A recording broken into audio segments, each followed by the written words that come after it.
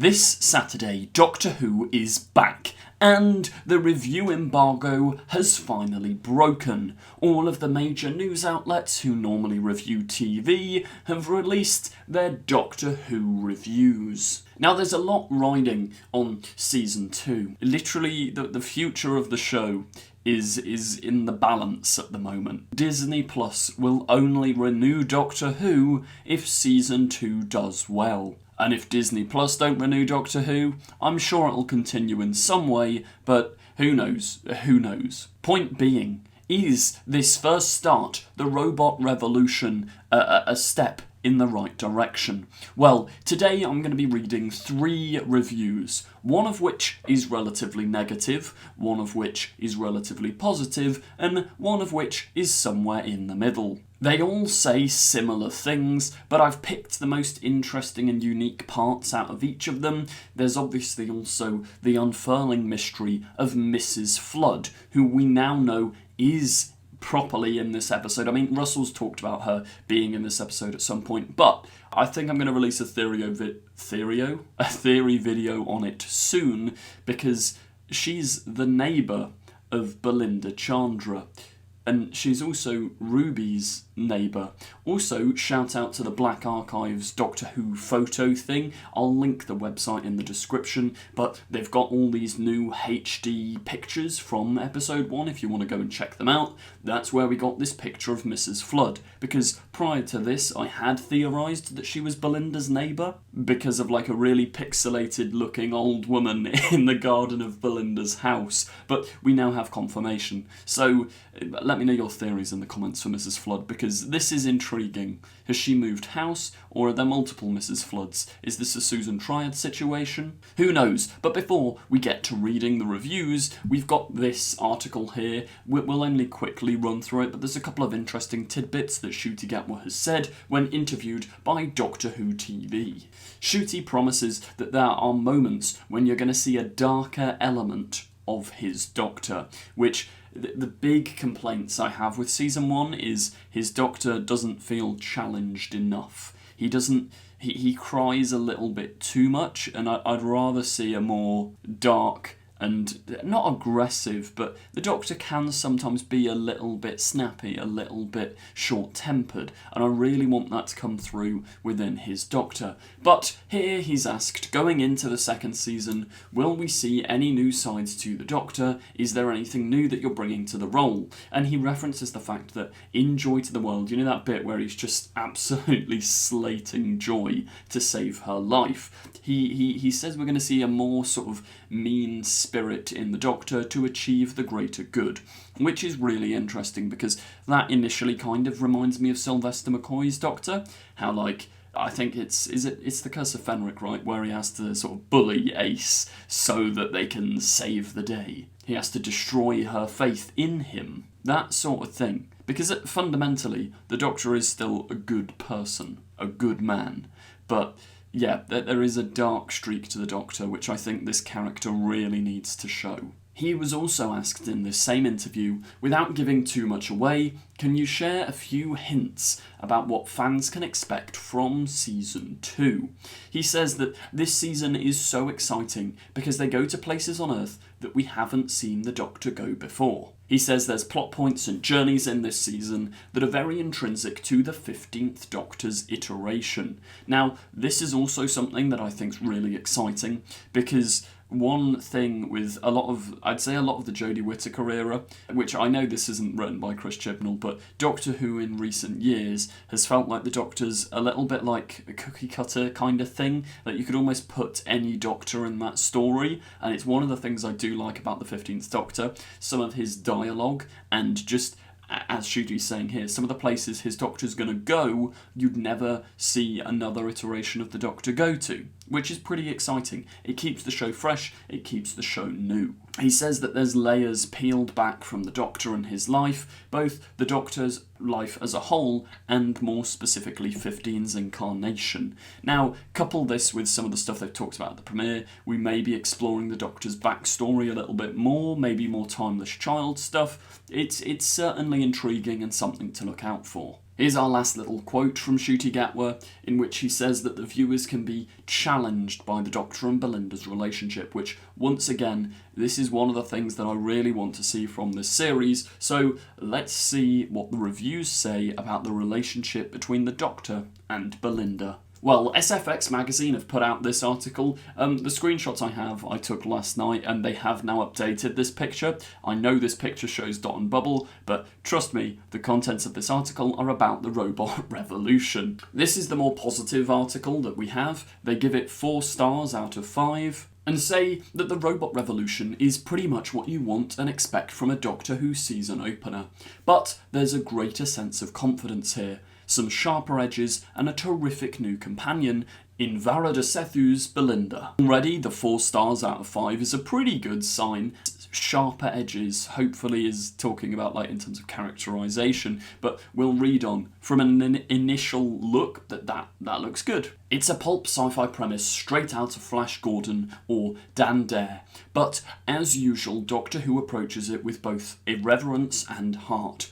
These very retro robots are funny both in their looks and their mannerisms. This is kind of reminding me a little bit of Dinosaurs on a Spaceship, where you had like the Mitchell and Webb robots. I hope it's not as silly as that, but they are, I think, inherently like quite a funny premise. So you've got to mess around with them a bit. It's a pretty, you can't take them too seriously. I just hope they're not wisecracking with each other, because the droids in Star Wars sometimes do my head in. Especially like people have always recommended me to watch the Clone Wars animated series, but I just can't get into it because it just feels so stupid. There's this moment where they're like, Roger, Roger, who's Roger? And I cannot, it's not funny. It's not funny. So there's a fine line. I hope these robots aren't too much. But they say they even have a cute wee space Roomba, but they're also utterly deadly. There's something kind of, I don't know why, but this feels like the reviews for the Star Beast. Even just down to the plot, like, this feels like, the Wrath Warriors breaking into Donna's house, we're having the robots break into Belinda's house. Like, it feels similar, like giant, bigger budget aliens smashing through the companion's house, with like a little bit of a jokey side to them, but also quite a serious and deadly side. The downsides, though, they do say that the plot is fairly slight. But, like much of Davis's Who work, there's a core of bitter satire here that becomes more apparent as the episode progresses. Is this going to be satire and commentary on the usage and whatnot of AI in the modern day? I reckon that's the plot line they're running with here. Now, one of the other articles we'll come to later talks about the more satire element of the episode being really on the nose, but from what we see in this article, they don't seem to have mentioned that, and they seem to quite enjoy it. The article says there's also a subtle reframing of the Doctor himself, one that reminds me again of that pitch document. So that earlier in this article, which I haven't read, because I'm not going to read the full article, you can go and do that yourself if you want, I'm just reading little segments of it, but he talks about the pitch article for Eccleston's Doctor, where he's supposed to be sexy and cool, and stand too close to him, you could get burnt. I think there's a real emphasis in this episode for some reason on the dangers of travelling with the Doctor, which I suppose naturally comes around by the fact that Belinda doesn't want to be there. Yeah, as I say, they say that it's a warning that Belinda would do well to heed. Ncuti Gatwa's Time Lord is vibrant and charismatic as ever, but there's also an occasional chill or steaminess here that feels new and helps to balance out his incarnation's reputation as the emotional Doctor. That's so good to hear. And the fact that they've even kind of likened it to Tom Baker a little bit, top tier stuff. This is exactly what we need. I have always said Ncuti Gatwa's casting is genius. That man is kind of born to play the Doctor. Look at the quirkiness. Look at even the way he smiles. It's a very doctory smile. And I think the biggest letdown in season 1 was that he wasn't given enough to do. And there's too much crying. So hopefully here, this steeliness they're referring to it's coming through, makes him feel more like the Doctor, because at the heart of it as well, he is an alien. He's like one of the good parts of the like exploration of morality in the Ninth Doctor's era is him just forgetting about Mickey and Rose being like, look, my boyfriend's just died, and he's like, well, I'm too busy trying to save all of you stinking apes. Like, that's great dialogue. We need more of the Doctor being very clearly alien and a bit more aggressive. And this is so good to hear as well. Gatwa and Sethu have unreal chemistry. While the Doctor's busy showing off, she's not paying him any attention at all. She's actually attending to people who need her help. It's a really impressive first episode for Sethu in the role. This is just great. Like, the conflict, well, not even conflict, but the difference between Doctor and Companion it's needed. It's a welcome breath of fresh air after Ruby, who just seemed a little bit too much of a chummy pal to the Doctor. Like, I want more drama, and I think that's exactly what we're getting. The article goes on to say that the robot revolution is everything we've come to expect from a Doctor Who series opener by now. It's big and colourful, with an immersive production design, and the other big complaint I had about season 1 has been answered. The budget is very clearly shown on screen, because I do think the biggest downfall of season 1, you have this giant Disney budget, and you don't use it properly. Like, for example, even going back to the 60th, they built the inside of Donna's house. They built Donna's garden in a studio. You could have used that budget to do so much more if you went to an actual house. Like, do you know what I mean? But here, apparently, the budget's on full display, which is very exciting to see, because this may actually feel like Doctor Who with an insanely high budget. Anyway, our next article, a more middle-of-the-ground article from Variety magazine, says Ncuti Gatwa's second season starts off strong despite speculation about the show's future. Now, what's really nice is some of the quotes like this, questioning why Doctor Who isn't being as loved, and it seems to be getting a lot of negative press as it is, because I think the guy who wrote this can't see much difference between past Doctor Who and current Doctor Who, which is a pretty good sign for things to come. And they do point out as well that the complexities of ratings in the streaming era are certainly a factor, and I do think that the confused partnership of it going on iPlayer, then it going on TV, everywhere else on Disney+. Like, do you know what I mean? The general public probably don't know where to watch. Now, the article here doesn't specifically say that the episode does loads of new stuff. It does, however, mention that the traditional plot beats when a new companion joins Doctor Who are also examined in turn in this episode. Even though they did similar with Ruby Sunday in her first episode, the Doctor has 2 hearts, his name's the Doctor, the TARDIS is bigger on the inside, all of that gets discussed in this episode, and the guy who wrote this can't tell whether it's just a tradition, that like a rite of passage for the new companion, or whether it's a tool to educate non-British viewers on what the show's all about. This may act as a sort of jumping on point as well, which is a bit random, because if you're going to binge the series, you'd go to episode 1, but I do think, yeah, that it's somewhere in the middle of Russell T Davies has actually spoken recently. I can't remember where. It was in like an interview over Zoom with someone on YouTube. You can spend hours trying to find it if you'd like. But he talked about how he loves writing it, and one of his favourite experiences of watching Classic Who was whenever there was a new companion. So I don't think it's as much to keep the audience engaged. I think it's just something you have to do. Like, when you introduce them to this world, you've got to show the character discovering he's got 2 hearts, discovering regeneration, discovering all of these little things. Although, like, I hope they do it in a new and more interesting way than just, like, Space Babies felt like a little bit of an exposition dump. Like, the Doctor just goes, here's the stuff you need to know about me. I hope it's more naturally sewn throughout, which I think it will be, because from the preview clip we've already seen, Varada Sethu's character holds up like an X-ray thing, and there's the whole padam moment where you see the 2 hearts, which that's quite a fun way of doing it. I mean, shout out to my lecturers at uni, but there's the rule of show don't tell. The amount of times that we were told that during uni, like if you're writing a script, show don't tell. And I think that was the downfall of season 1. I know I keep comparing this to season 1, but that's because I did like season 1, but there were issues. And from reading all of these reviews, it feels like all the issues I had with season 1 have kind of been solved. However, one of the issues I had with season 1 was underwhelming endings, and this article points out that without spoiling the revelation of the robot revolution, an initially predictable plot twist has an unexpected and pretty ambitious twist in the 3rd act, which it manages to land. So I was getting confused with the next article who says it doesn't land the plot twist, but this is the thing. It's so difficult to get a gauge of what this episode's going to be like from just reviews, because they're all saying similar stuff, but they each have a different opinion on it. This article particularly likes this plot twist, and here's an interesting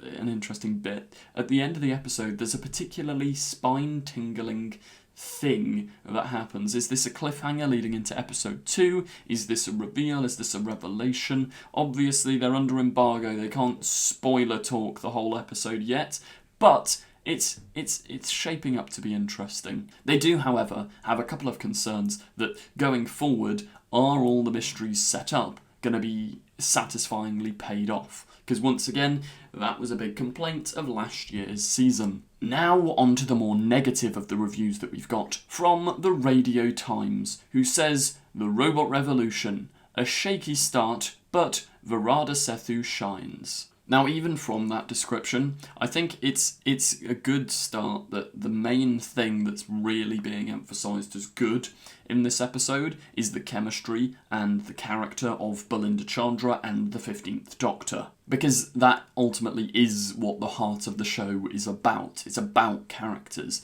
Like, even if there's an underwhelming ending, which sometimes Russell does right, he usually distracts the audience by going, yeah, but look at this really sad character beat, and you forgive him for the slightly crap ending. The Radio Times says Doctor Who is officially back in business with the Robot Revolution, but the space adventure kicking off Ncuti Gatwa's 2nd season isn't quite the soaring start many of us were hoping for.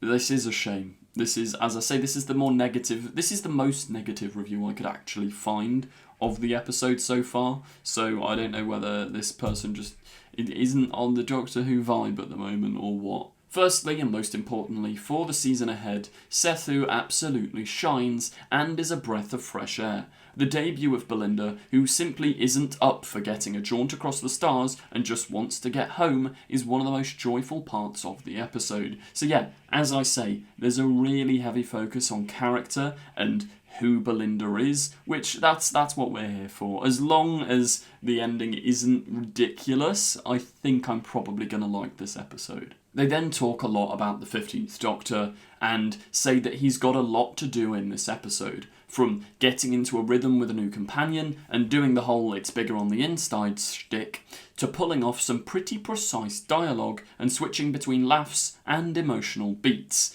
As always, he does it with ease and is a joy to watch. Once again, another pretty positive review. They're saying that Ncuti Gatwa is one of the best parts of the episode again, as well as Belinda. However, we're struck back with the negativity here. The episode is dragged down in various ways, most of which we can't talk about just yet.